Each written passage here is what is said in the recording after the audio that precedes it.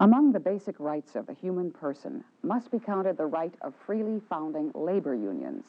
These unions should be able to truly represent their members and contribute to the proper arrangement of economic life. Included is the right of freely taking part in the activity of these unions without fear of reprisal.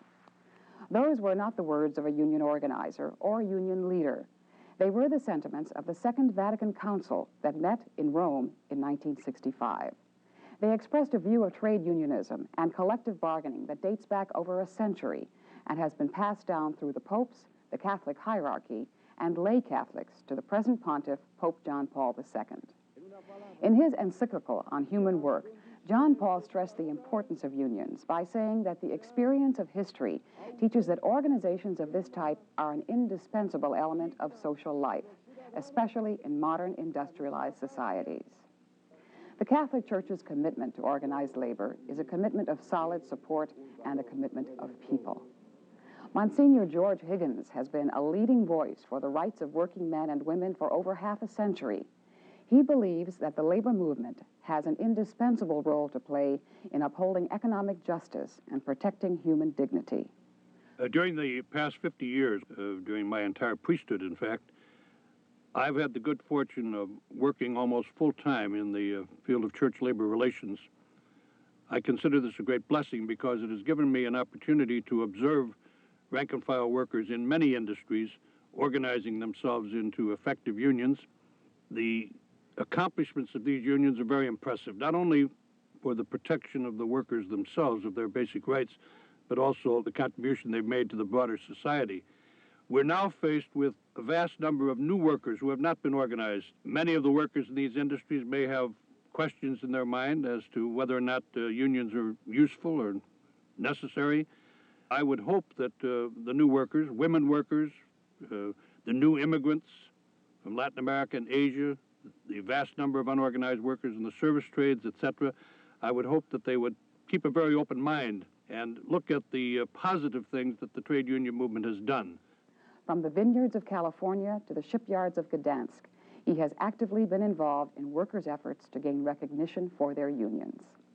Monsignor Higgins is here with us today to discuss labor unions and the teachings of the Roman Catholic Church. Welcome, Monsignor Higgins. Thank you, Maureen. Monsignor Higgins, why does the Roman Catholic Church support the right of workers to organize unions?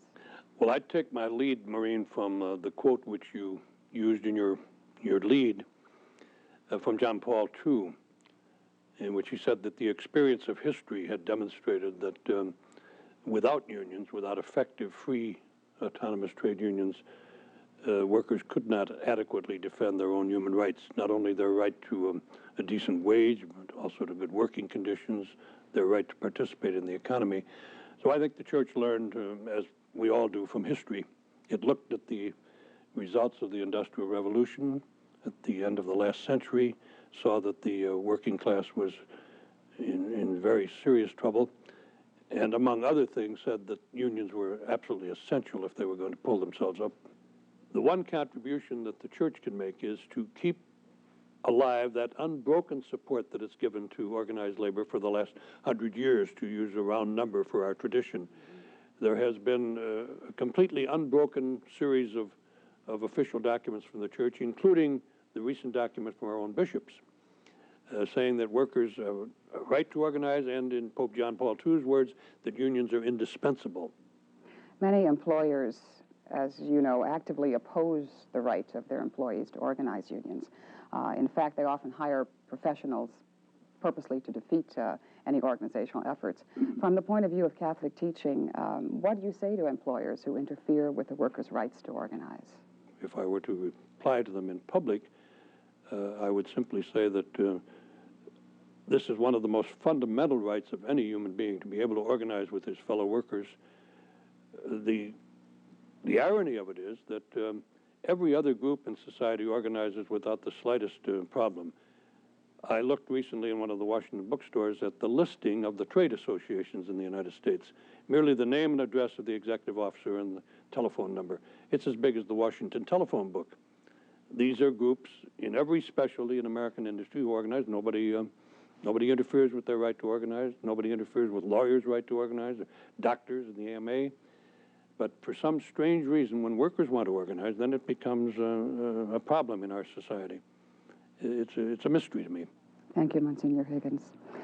Let's take a moment to find out what the chief spokesperson for the Roman Catholic Church, Pope John Paul II, has said about unions and workers' rights. Pope John Paul II called forth the true spirit of unionism when he observed, "Thanks to the work of their unions, workers will not only have more, but above all, be more. In other words, they will realize their humanity more fully in every respect." Speaking to union members, he stated that unions are good for working people. The Pope said that he felt very close to those who do trade union work, and noted that associations based on workers' needs, unions, are good, and are indeed a mouthpiece for the struggle for social justice. In his letter on human labor, the Pope asserted, "Modern unions grew up from the struggle of workers to protect their just rights, and the task of unions is to defend the interests of workers." Monsignor Higgins, there are many people who say that unions have outlived their usefulness and are really no longer necessary in our society. From the viewpoint of the Roman Catholic Church, are unions necessary? Are they out of date? I think, if anything, they're probably more necessary now than they might have been 10 or 15 years ago. But the funeral services of the American labor movement have been held so often that I just don't have the time to attend them anymore. About every 10 years, we hear that the labor movement is finished, it has completed its job, it's fulfilled its purpose. I think that's, of course, nonsense. No, I think they're very essential, and particularly today for 2 or 3 groups of workers, women workers, very poorly organized. I think that's the new frontier in the American labor movement. So much of the burden of poverty in our country today is being carried by women workers, and they're, proportionately speaking, poorly organized. A great frontier for the American labor movement. The new immigrants from Latin America, from Asia, in poor-paying service jobs, almost totally unorganized. What more do you think society has to gain from the presence of labor unions? I think history has proven that, beyond any doubt, that you cannot have a free society without free trade unions. Hitler destroyed the unions right off the bat. None of the Leninist countries will allow free trade unions. Fascist Italy destroyed free trade unions. In many of the developing countries today, which are ruled by authoritarian regimes, you do not have free trade unions. It seems to me they're an essential part of a modern political democracy. So their role goes far beyond merely the protection of the basic wages and hours and working conditions of their own members. So that, to me, the bedrock is the right of workers to organize, and for that reason, whatever time I have left and whatever energies I have left, I'm going to give to that work of continuing to help workers to organize. And I would say what I said earlier, I would hope that the labor movement and the church, all the churches, would give special attention to 2 groups, women workers and the new immigrants, who need the kind of protection that labor was able to give to the old immigrants 100 years ago or 50 years ago in other industries. Monsignor Higgins, thank you so much for sharing these thoughts and all this information with us. We wish you continued success in all of your work. Thank you very much, Maureen. You're welcome.